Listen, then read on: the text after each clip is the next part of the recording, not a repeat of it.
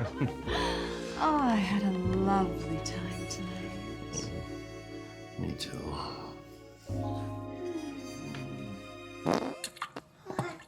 Jerry! What the hell are you doing?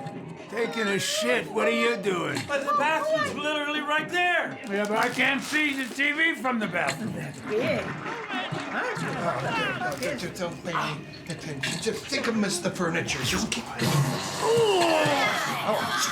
To leave. To go. Wait! Give us some Sorry, Henry, we have to go. No, wait! Oh, damn it, Jerry! Better luck next time, eh, boys?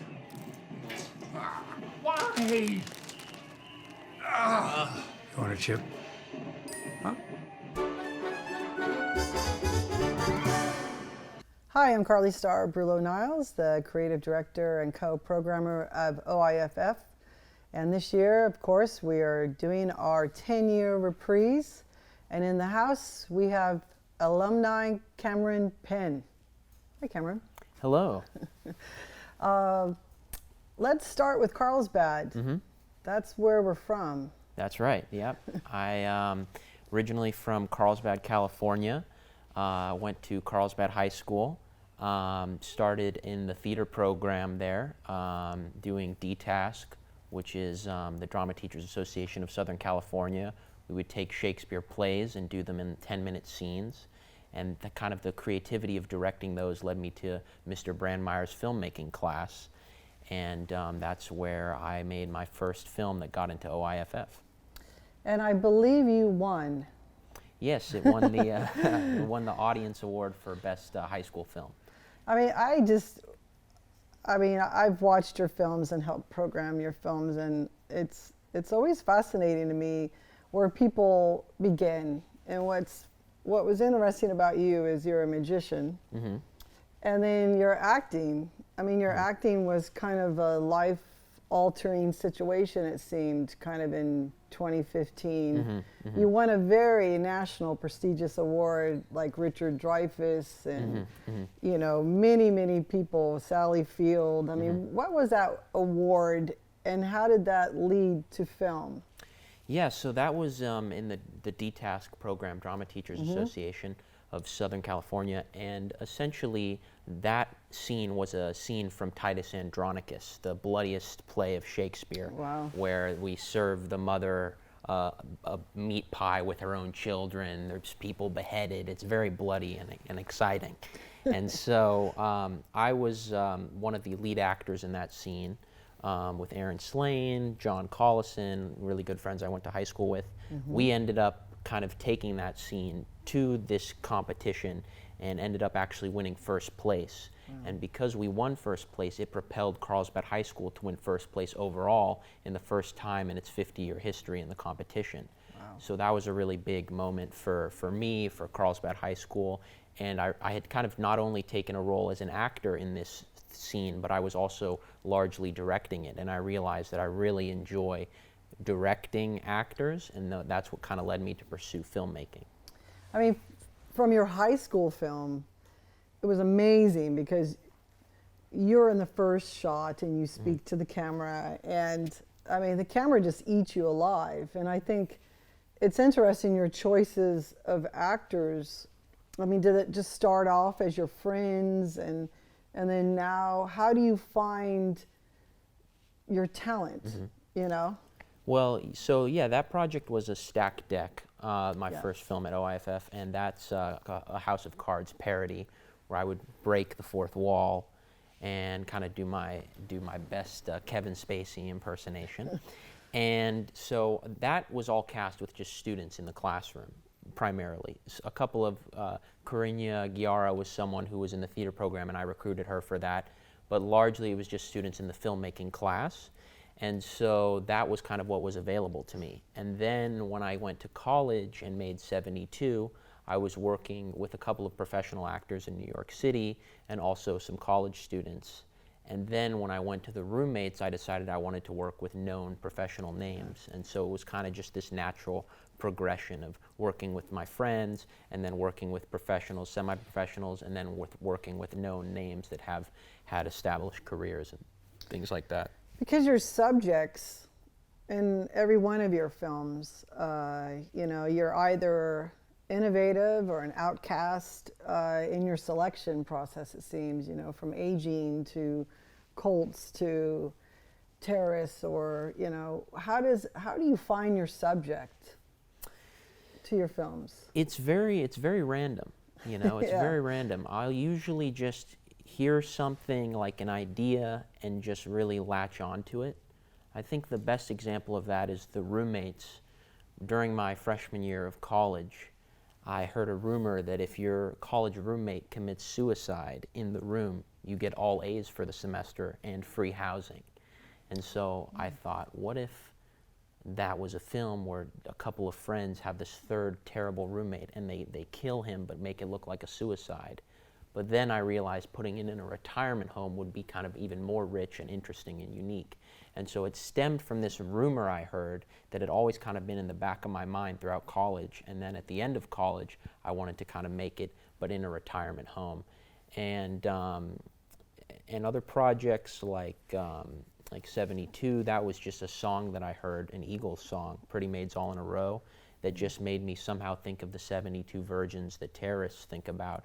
And so that's what prompted that idea. So it could be anything, really random things prompt my ideas and what I want to pursue, or opportunities come along, and if I latch onto it enough, I realize, okay, I'm going to spend the next year working on this. Is that your process? Like, first, does it come, is it a vision? Is it a thought? Is it a scene? How do you start your process? Because you're involved in almost every aspect of it. From, you know, it seems very clear that your stamp is on all of it. So what do you normally start with? Well, the most important thing is to have a character, a compelling character that is unique and isn't a cliche and isn't something that I've seen before. So, for instance, with The Roommates, that character would be Henry, played by Barry Bostwick. This is a guy who is in love at 75 years old, and he'll do anything to pursue that and to get out of his dreary life and terrible situation with his roommate. So that character really kind of drove me, and I see myself in the protagonist that I pick a little bit, which is maybe with some of the crazy characters I've had not such a good thing to admit, but generally I do identify with these characters in some way, and so that's what leads me to say, okay, you know, I want to explore this. I want to, in some way, sometimes explore myself in this set of circumstances, essentially. Yeah, I mean, OIFF, we played The Roommate. It was very, you know, fascinating, the reception that people had. I thought it was pretty awesome that you had an older generation involved in a storyline that was, you know, comedic and sexual and all of the above, you know, that you don't see every single day. I mean, has that brought you now to a new commercial level, or like what has The Roommate done for you? Well, it's been a major kind of breakthrough, I guess would be the word for me, because it obviously got me the Emerging Filmmaker Award at OIFF. It went on to play at 2 Oscar qualifying film festivals, and ultimately now is something that I'm working on developing into a television series, essentially where after they kill Jerry and they realize, well, how are we going to make this look like a suicide? They essentially go on the run and end up in Mexico. And so it's all about Henry and Arthur, Barry and Bruce, kind of just pursuing this wild kind of, it's like Thelma and Louise meets the bucket list. So it's kind of been a really strong kind of proof of concept for this show that I want to work on. It's gotten me some other opportunities, some other exciting projects as well. That I can't yet talk about, but that are at exciting stages. And you know, every project is just, the idea is just to help you get to the next level, essentially, to kind of you want to learn, you want to build up your credibility and things like that. So The Roommates has been the biggest one so far. I mean, that's why I think my questions are pretty general, because when I went through your reel, you do have this style that you have kept through. It didn't matter if you were a freshman in high school or dealing with, you know, Golden Globe Award winners. You do have an approach to real time, and how you do your setups, I think, are probably meaningful to you. I mean, how you set up your scenes from a production standpoint, that seems like you really take your time and you really think that one through. Like your camera shots are pretty unique. Do you want to explain your directing process of how you block with the actors, or how does that work for you? Yeah, that's a great question. I mean, generally, the more you can kind of just let the actors do their thing, the better. And so I like to rehearse before filming, not just on the day of, but weeks before.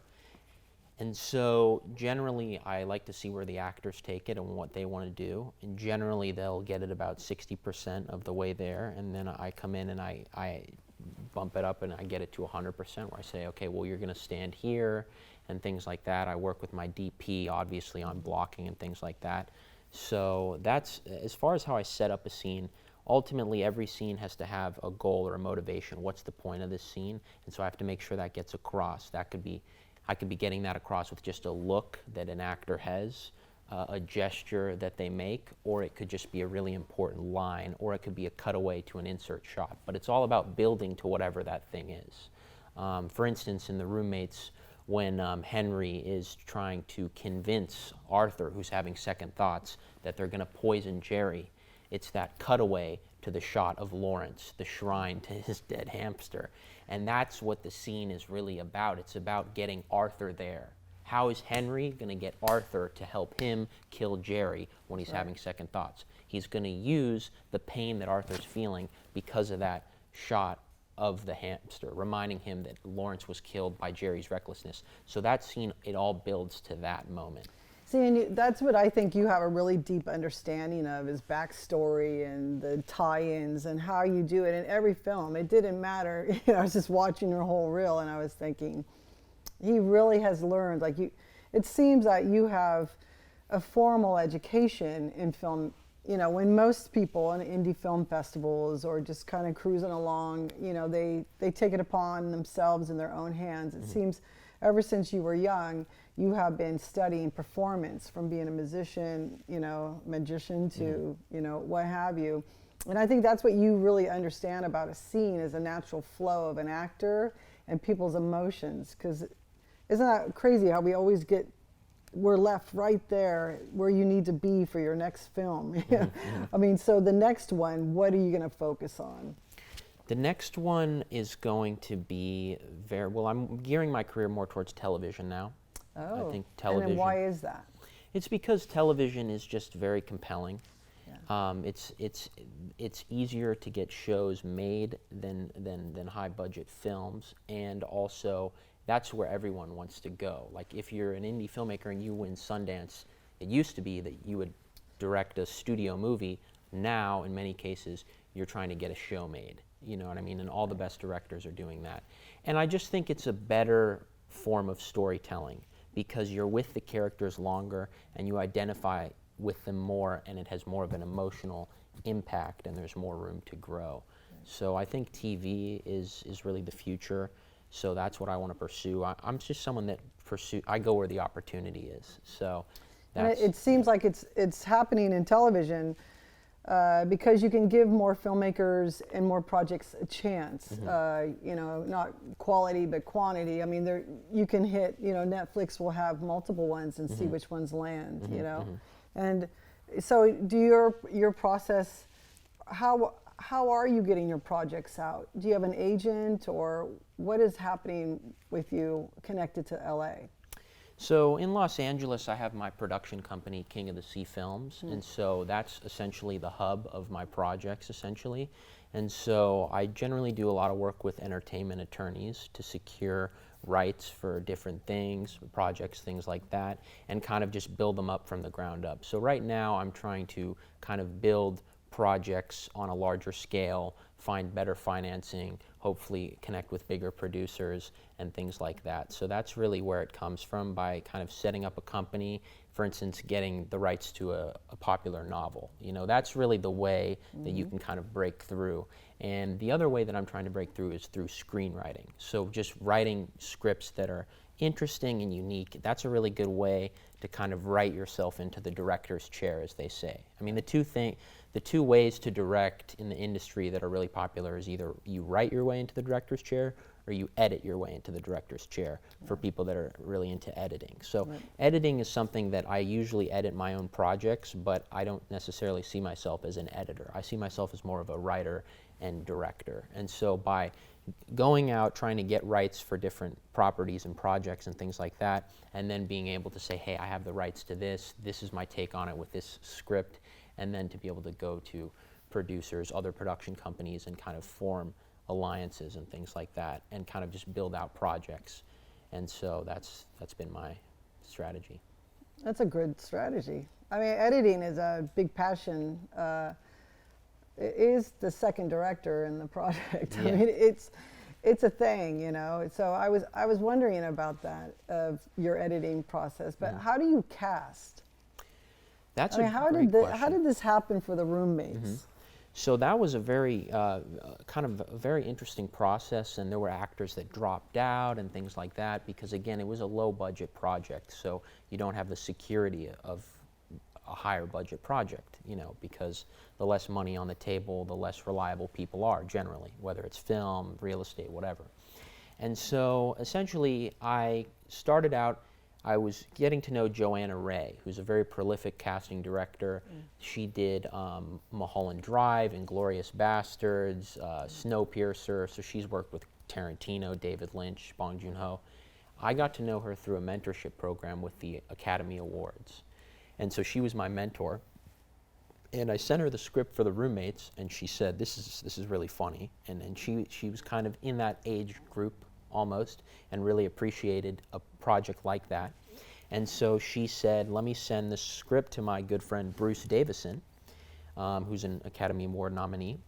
And so she sent it to him. He was interested, but had a very busy schedule. Ultimately, I ended up reaching out to Barry Bostwick's manager, and he wanted to do it. And so it turned out, just by coincidence, Barry and Bruce went to NYU together, the same school I went to. Wow. They were college buddies. They'd never worked together before. They'd been competing against each other for different roles over the years, but there had never been something where they could work together. So they said, you know what, we like this script, we'd love to work together, let's do it. And so then I posted, you know, you use a lot of different casting websites, Backstage, Actors Access, LA Casting, and ultimately I got a call from Roger Paul, who was Martin Cove's manager at the time, and said, you know, Marty would love to do a comedy, and he worked with Barry Bostwick many years ago and has a lot of respect for him and would love to kind of do this project, and loves the character of Jerry.